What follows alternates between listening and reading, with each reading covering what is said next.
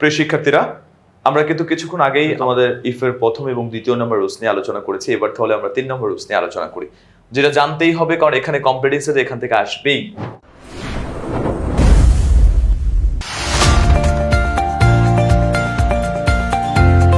দেখো, ইফের প্রথম number if থাকবে, সাবজেক্ট থাকবে, এরপরে যদি তুমি হ্যাড প্লাস ভার্ব থ্রি দেখতে পাও।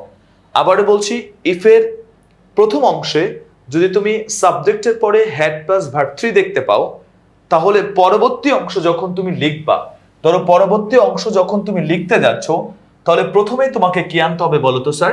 সাবজেক্ট আনতে হবে। সাবজেক্টগুলো অ্যাকচুয়ালি কি কি হয়, যেমন আই, উই, ইউ, দে, হি, সেগুলো কিন্তু আমরা সবাই জানি। এবং সাবজেক্টের পরেই তোমাকে আনতে হবে স্যার উড হ্যাভ। দেখো, উড হ্যাভ আনতে হবে, অথবা কুড হ্যাভ, অথবা মাইট হ্যাভ। তারপর তোমাকে ভার্ব থ্রি আনতে হবে। একদম সহজ কথা বলি, ইফের প্রথম অংশে যদি তুমি হ্যাড প্লাস ভার্ব থ্রি দেখতে পাও, তাহলে পরবর্তী অংশ যে তুমি লিখবা সাবজেক্টের পরে তোমাকে would have plus verb three লিখতে হবে, বা মাইট হ্যাভ, এগুলো লেখা যাবে, কিন্তু এটা মনে রাখার সহজ উপায় যে would have plus verb three বসে। তাহলে আবারও বলি, ইফের প্রথম অংশ যদি হ্যাড প্লাস ভার্ব থ্রি দেখতে পাও, তাহলে পরবর্তী অংশে তোমাকে would have plus verb three লিখতে হবে। তাহলে চলো আমরা একটা উদাহরণ দেখে নিই। দেখো, তোমরা দেখতে পাচ্ছ,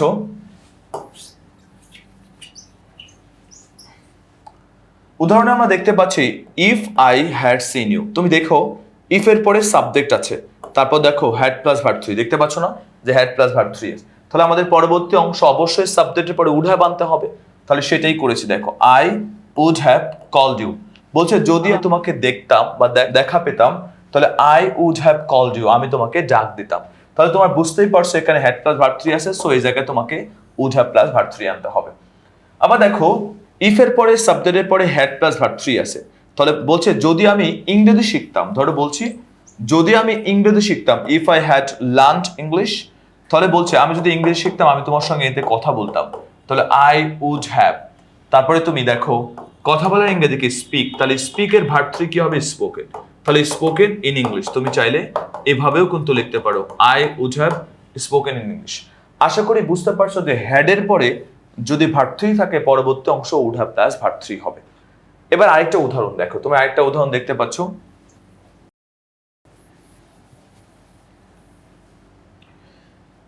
দেখো, এবার তাহলে আমরা আরেকটা উদাহরণ দেখে নিই। দেখো, তুমি দেখো, ইফ এর পরে সাবজেক্টের পরে হ্যাড প্লাস ভার্ব থ্রি আছে। ইফ শি হ্যাড স্টাডিড, যদি সে প্রচন্ড পড়াশোনা করতো বা খুবই ভালো পড়াশোনা করতো, তাহলে সে পরীক্ষায় পাশ করতো। তাহলে প্রথমে তুমি শি আনবা, তারপর তুমি উড হ্যাভ আনবা, উড হ্যাভ আনবা, তারপর তোমার ভার্ব থ্রি আনতে। ভার্ব থ্রি কি হতে পারে? পাস্ট। তাহলে পাস্ট ইন দ্য এক্সাম, তুমি এটাও ব্যবহার করতে পারো। তাহলে চাইলেই আমরা মনে করতে পারি ইফের পরে সাবজেক্টের পরে হ্যাড প্লাস ভার্ব থ্রি আছে, তাই দ্যাটস ওয়াই তোমাকে would have plus verb three আনতে হবে। এভাবে আমরা অসংখ্যবার যদি বারবার এটা প্র্যাকটিস করে থাকি, তাহলে অবশ্যই এটাতে খুব বেশি ভালো করতে পারবো। আরেকটা সহজ কথা বলে দিই, যে হ্যাড প্লাস ভার্ব থ্রি থাকলে তুমি তো পরবর্তী অংশ would have plus verb three আনবা। কিন্তু যদি কখনো কোনো বাক্য হ্যাড দিয়ে শুরু হয়, ধরো এটা নেই, শুরুটা হয়েছে হ্যাড দিয়ে, যদি কখনো হ্যাড দিয়ে শুরু করে, তাহলে এটার বাংলা তুমি মনে রাখবা যদি অর্থ প্রকাশ করে। যদি কখনো হ্যাড দিয়ে শুরু করে, তাহলে এটা বাংলা হবে যদি। এবং হ্যাডের পরে সাবজেক্টের পরে যদি ভার্ব থ্রি দেখতে পাও, তাহলে এটা ঠিক একদম ইফের মতো কাজ করবে, ইফের মতোই কাজ করে।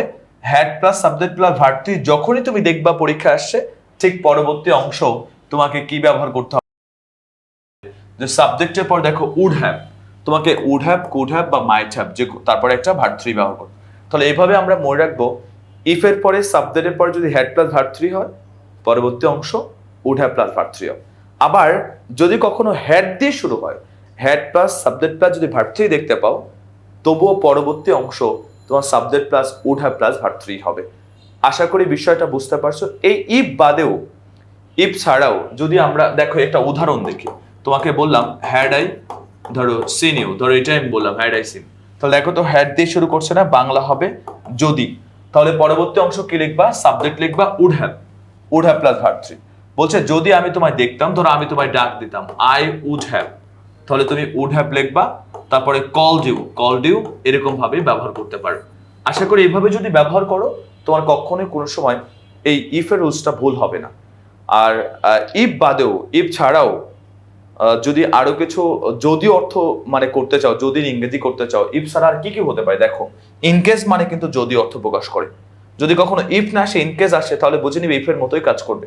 যখন প্রোভাইডেড দ্যাট আছে, প্রোভাইডিং দ্যাট, এগুলোও যদি কখনো থাকে তাহলে এগুলোর বাংলাও কিন্তু যদি অর্থ প্রকাশ করে। আর তখন এগুলো থাকলে এমন একটা বাক্য যোগ করতে হবে যা প্রথম বাক্যের সঙ্গে মিল দেখে এভাবে তোমাকে গুছিয়ে সুন্দর করে লিখতে হবে।